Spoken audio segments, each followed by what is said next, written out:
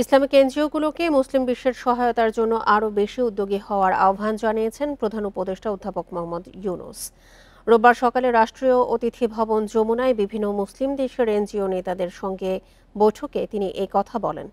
অধ্যাপক ইউনূস বলেন, কর্মক্ষেত্রে নারীর উন্নয়ন ও স্বাস্থ্যসেবা দরিদ্রদের সহায়তার অন্যতম উপায়। সামাজিক ব্যবসায় এ ধরনের সহায়তা প্রদানে গুরুত্ব দিয়ে আহ্বান জানান তিনি।